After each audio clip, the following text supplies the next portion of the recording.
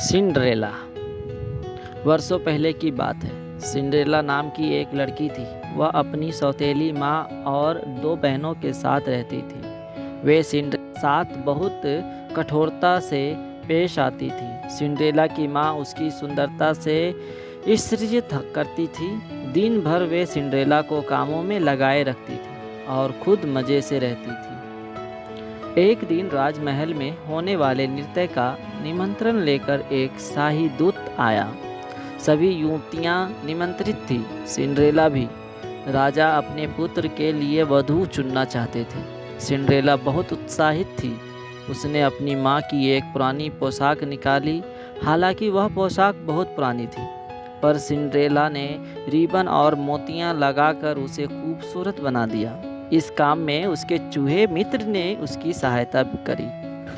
Cinderella की माँ उसे शाही नृत्य में जाने नहीं देना चाहती थी। उसे ढेर सारे काम करने के लिए दे दिए। वस्तुतः वह अपनी बेटियां को राजकुमार से मिलवाना चाहती थी और किसी एक का विवाह उससे कराना चाहती थी।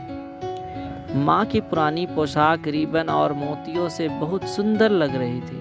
सिंड्रेला बहुत प्रसन्न थी क्योंकि वह शाही नृत्य में जा सकती थी, पर सौतेली माँ बहनें उसकी पोशाक देखकर जल भुन गई। उन्होंने उसकी पोशाक फाड़ डाली। दुखी सिंड्रेला बाहर बगीचे में जाकर रोने लगी। अचानक जादू से एक परी माँ वहाँ प्रकट हुई। अपनी जादू की छड़ी घुमाकर उन्होंने एक कद्दू को गाड़ी में बदल दिया। पल भर में परी ने सिंड्रेला की फटी पोशाक को एक खूबसूरत पोशाक में बदल दिया और उसे कांच की एक चमचमाती चप्पल पहनाकर कहा, रात के 12 बजते ही सारा जादू समाप्त हो जाएगा। सिंड्रेला सुंदर पोशाक पहन गाड़ी में बैठ राजमहल में पहुंच गई।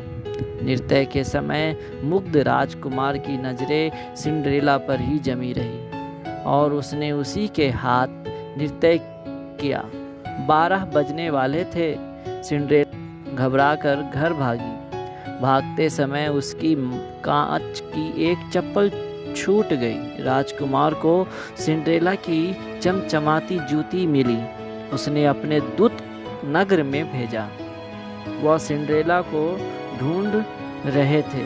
जब वे सिंड्रेला के घर पहुँचे तो दोनों बहनों ने पहले जूती पहनी, पर उनके पैर में वह फिट नहीं हुई। जब सिंड्रेला ने वह जूती पहनी तो एकदम पैर में सही आई।